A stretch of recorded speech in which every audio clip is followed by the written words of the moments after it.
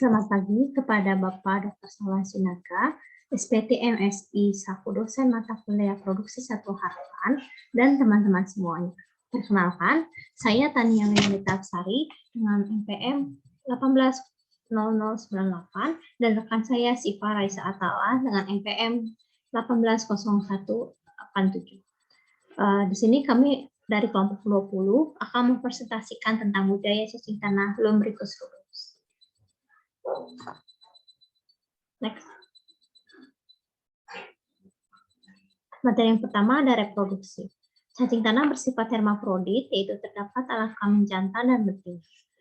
Cacing tanah sendiri tidak dapat melakukan perkawinan sendiri. Perkawinannya dilakukan dalam keadaan kelamin jantan menempel di kelamin betina. Perkawinannya berlangsung setiap 6-10 hari. Cacing tanah membutuhkan waktu 2-3 jam dalam proses kopulasi. Saat proses kopulasi berlangsung, kedua cacing tanah saling transfer sperma. Kokon akan menetas selama 15-21 hari. Satu kokon menghasilkan cacing sebanyak 2-20 ekor. Cacing tanah dewasa kelamin dalam 2-3 bulan ditandai dengan munculnya klitelum pada tubuh. Next.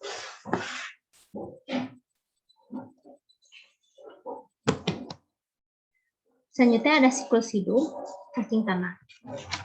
Siklus hidup cacing tanah dimulai dari kokon, cacing muda, cacing produktif, dan cacing tua.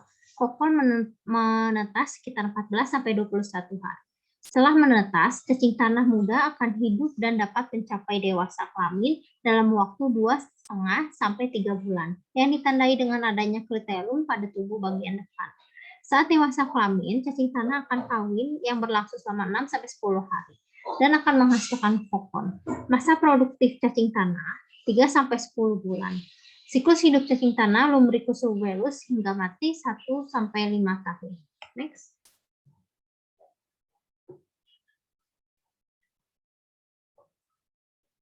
Selanjutnya ada keuntungan dan potensi. Yang pertama ada bidang pertanian.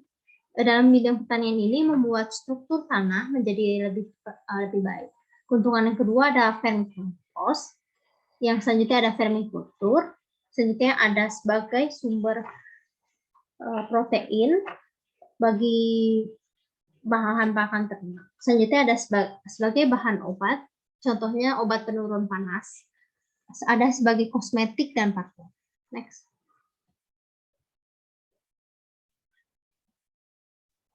Selanjutnya ada peralatan budidaya. Yang pertama ada kandang dari bambu. Selanjutnya ada jaring yang digunakan untuk memisahkan anakan dan indukan. Selanjutnya ada kompos yang sebagai media hidup cacing yang akan dibudidayakan. Selanjutnya ada wadah yang dapat dilihat seperti di gambar untuk tempat pemeliharaan. Selanjutnya ada minyak atau oli untuk menghadang serangga dan hama yang tidak diinginkan seperti semut, kecoa. Selanjutnya ada sarung tangan, karet, untuk memudahkan ketika akan memegang atau memindahkan cacing. Selanjutnya ada timbangan yang dapat dilihat di gambar untuk menimbang berat cacing yang dihasilkan. Next.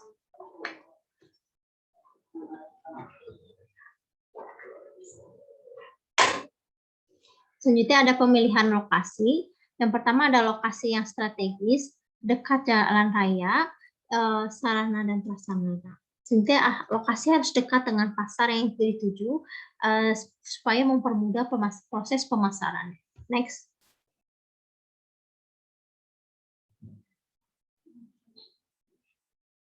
Selanjutnya ada perkandangan. Kandang terbuat dari bambu 4 tingkat. Jarak antar tingkat itu 30 cm dengan ukurannya 8 x 0,5 x 1,68 meter. Lahan kandangnya 625 meter persegi dengan jumlah kandangnya 16 unit. Dari 16 unit ini dibagi menjadi 2, ada 8 kandang untuk cacing dewasa dan 8 kandangnya untuk telur atau anakan. Nampan berukuran 39 x 31 x 13 cm untuk menampung cacing. Satu nampannya terdapat sekitar 2,5 kilo cacing. Suhu berkisar 15-25 derajat Celcius dengan kelembaban berkisar 60-70%. Next.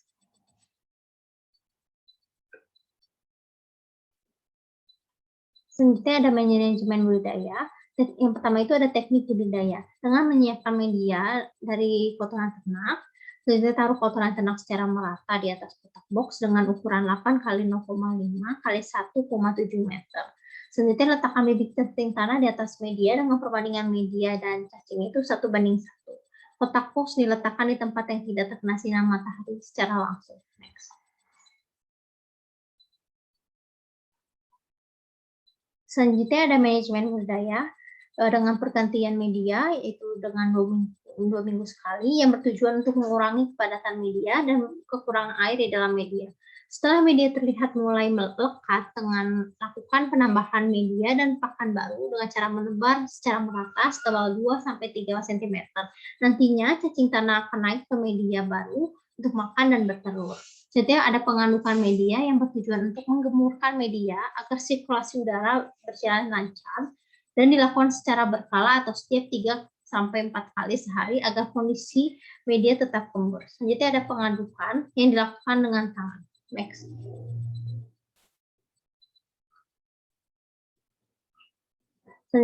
Selanjutnya ada pakan. Pakan ini ada dari tumbuhan dan hewan. Untuk pakan tumbuhan sendiri kita gunakan itu limbah sayuran dan ampas tahu. Untuk pakan tumbuhan dari limbah sayuran ini biasanya diberikan pada awal pemeliharaan. Untuk pakan hewannya diberikan kotoran ternak, daging, dan ikan. Pakan diberikan sekali sehari, diberikan secara langsung. Next. Selanjutnya ada faktor produksi. Yang pertama ada ketersediaan dinding yang mampu menjaga sirkulasi udara dan mudah menyerap air. Selanjutnya ada sumber makanan. Biasanya sumber makanan ini untuk meningkatkan kemampuan reproduksi dan pertumbuhan cacing tanah. Sumber makanan utamanya itu bahan organik. Selanjutnya ada suhu cacing bertahan pada pH 5-9 dengan pH optimalnya 7,5-8. pH-nya terlalu basah akan menyebabkan cacing meninggalkan media dan mengalami kematian. Apabila pH-nya terlalu asam akan terjadi kerusakan pada pembuluh cacing atau cacing mengalami kematian. Selanjutnya ada suhu yang ideal berkisar 15-25 derajat Celcius. Untuk faktor selanjutnya ada aerasi. Selanjutnya ada kelembaban yang berkisar 60-70%. Selanjutnya ada ukuran partikel pakan sebaiknya lebih kecil sekitar 1-2 cm agar mudah dicerna. Next. Selanjutnya ada hama dan penanggulangan. Contoh hamanya ada 2, yaitu kompetitor dengan predator. Untuk kompetitor sendiri ada semut, belatung, kutu tanah. Untuk predator ada tikus, kadal, dan bebek. Cara yang paling efektif adalah menjaga kebersihan lingkungan.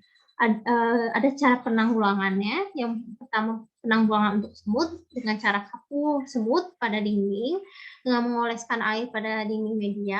Wadah pemberian diberi air, membersihkan cacing mati. Selanjutnya ada penanggulangan untuk belatung, dilakukan cara memberi pakan cukup dan rutin. Proses fermentasi maksimal 3 hari, hindari memberikan pakan yang mengandung belatung. Next. Selanjutnya ada penanggulangan terhadap spring-tailed ducks atau ekor pegas yang dapat dilihat di gambar. Itu caranya dengan mengurangi kadar air atau media terlalu lembab, terus mengurangi tingkat keasaman media. Selanjutnya adalah penanggulangan terhadap kutu tanah, yaitu menggantikan media dan dapat dipancing dengan buah-buahan. Next.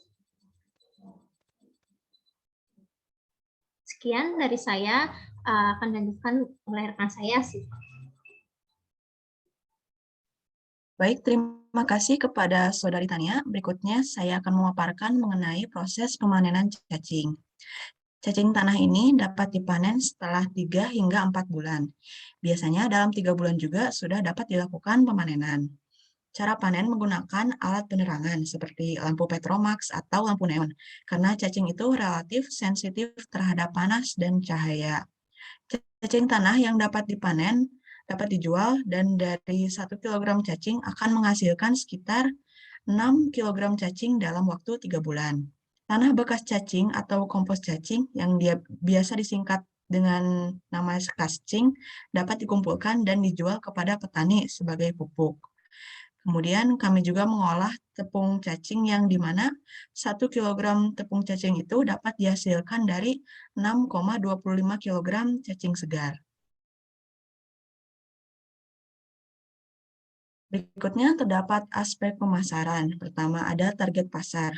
Pada aspek pemasaran ini, target pasar yang dituju diantaranya ada industri farmasi, kemudian pembuat obat-obatan tradisional yang biasanya dapat dibuat dari tepung cacing atau ekstrak cacingnya. Kemudian juga terdapat industri kosmetik, pengolah pakan ternak, pembudidaya cacing tanah, dan juga petani yang membutuhkan vermikompos. Berikutnya adalah strategi pemasaran. Nah, strategi pemasaran yang kami gunakan ini diantaranya ada meningkatkan promosi produk melalui media massa, dapat juga melalui media sosial yang kini telah digandrungi oleh banyak kalangan dan dapat diakses dengan mudah. Kemudian menjalin kemitraan dengan peternak sekitar, berusaha meningkatkan kualitas dan produksi, membuka website khusus serta e-commerce atau marketplace, karena cacing, kascing, atau tepung cacing sendiri itu telah banyak dijual bebas di pasaran, bahkan di e-commerce seperti Shopee atau Tokopedia yang mudah dicari. Kemudian yang terakhir ada memberikan pelayanan terbaik kepada konsumen. Kemudian kami juga merinci asumsi-asumsi teknis yang digunakan, mulai dari tenaga kerja. Di sini kami asumsikan satu orang pekerja dapat menangani sebanyak 2 set kandang cacing atau total 500 kg cacing tanah. Lalu terdapat kebutuhan luas kandang dan bangunan, kendaraan dan bahan bakar, peralatan budidaya, penanggulangan hama, hingga pemakaian listrik dan air. Dapat dilihat rincian serta jumlahnya dalam tabel berikut. Berikutnya terdapat rincian asumsi-asumsi harga dari asumsi teknis yang tadi telah disebutkan. Asumsi harga ini kami dapat dari website atau e-commerce seperti Shopee atau Tokopedia. Dapat dilihat dari tabel berikut ini. Kemudian juga terdapat koefisien teknis yang kami ambil ini diantaranya terdapat jumlah pemeliharaan awal yang akan kami gunakan dalam budidaya, yakni sebanyak 20 kg cacing tanah dewasa atau indukan. Kemudian terdapat sarana dan prasarana berupa luas lahan dan perkandangan yang jumlahnya dapat dilihat dalam tabel berikut, serta pakan cacing tanah berupa ampas tahu, kotoran atau pupuk kandang sapi, dan limbah sayuran. Namun untuk perhitungan kami akan menggunakan ampas tahu dan pupuk kandang sapi saja. Berikutnya adalah koefisien zooteknis. Dalam koefisien zooteknis ini dapat aspek produksi dan sistem produksinya. Aspek produksi diantaranya terdapat masa panen cacing selama 3 bulan. Kemudian dalam waktu 3 bulan tersebut, kami akan membagi cacing menjadi 3, di mana 25%-nya akan kami kembangbiakan lagi, 25%-nya akan diolah menjadi tepung cacing, dan sisanya sebanyak 50% akan kami jual. Selain itu, terdapat pula sistem produksi seperti lama kokon menetas, siklus perkawinan, dan sebagainya yang telah kami sebutkan tadi di bagian reproduksi. Nah, berikutnya ini dari semua asumsi teknis, harga, serta koefisien teknis dan zooteknis tadi, kami merancang sebuah dinamika populasi dengan proyeksi selama 2 tahun masa produksi. Mengapa 2 tahun? Karena menurut beberapa sumber, cacing tanah ini memiliki masa produktif selama 2 tahun saja, meskipun cacing dapat bertahan hidup selama bertahun-tahun lamanya. Dalam dinamika populasi ini, kami memasukkan jumlah pemeliharaan pertama yang tadi telah disebutkan dalam asumsi teknis sebanyak 20 kg cacing indukan. Kemudian kami kembangkan hingga tercatat keturunan pertama F1, F2, dan seterusnya. Kami mendapat hingga keturunan keempat atau F4. Kemudian di bagian bawah dinamika populasi juga kami menghitung input variabel berupa kebutuhan pakan, juga produksi output berupa hasil pemanenan biomasa, kascing, dan juga tepung cacing. Berikutnya, dari asumsi yang tadi disebutkan sebelumnya, kami juga merinci kebutuhan investasi yang digunakan dengan total biaya investasinya sebesar Rp113.478.486. Berikutnya terdapat analisis biaya dan manfaat yang dimasukkan berupa komponen investasi, biaya operasional, dan juga penerimaan atau produksi output dari peternakan cacing tanah ini. Dapat dilihat net benefit dari tahun pertama masih bertanda merah atau minus. Hal ini dikarenakan adanya biaya investasi awal yang tinggi. Namun pada tahun kedua net benefit yang dihasilkan sebesar Rp136.535.213. Sehingga total benefit dalam 2 tahun masa produksi atau masa operasi ini didapatkan sebesar Rp42.228.743. Kemudian kami menghitung analisis kelayakan usaha dan didapatkan NPV sebesar Rp27.105.864, di mana nilai tersebut telah memenuhi syarat, yakni lebih dari 0, sehingga dapat dikatakan usaha peternakan ini layak atau go.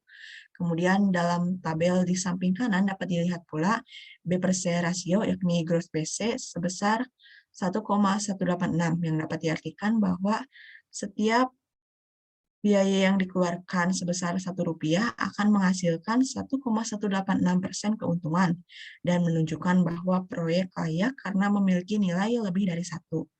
Dan juga untuk net B per C-nya sebesar 3,558. Artinya setiap kerugian bernilai 1 akan tertutupi dengan keuntungan bernilai 3,558. Selain itu, terdapat juga persentase IRR usaha peternakan ini yang sebesar 44,78%. Selanjutnya, terdapat analisis rencana usaha berupa PBP dan BP. Nilai payback period atau PBP sebesar 1,56. Artinya, peternakan dapat mengembalikan biaya investasi ini setelah 1 tahun, 6 bulan, 21 hari, dan 14 jam kemudian. Kemudian nilai break-even point atau BEP sebesar 1,84. Artinya, peternakan cacing tanah ini dapat menutupi seluruh pengeluaran setelah 1 tahun, 10 bulan, 2 hari, dan 9 jam kemudian. Terakhir, kami cantumkan daftar pustaka yang kami ambil untuk melengkapi materi presentasi ini. Saya kira cukup sekian presentasi ini kami sampaikan. Terima kasih atas perhatiannya. Wassalamualaikum warahmatullahi wabarakatuh.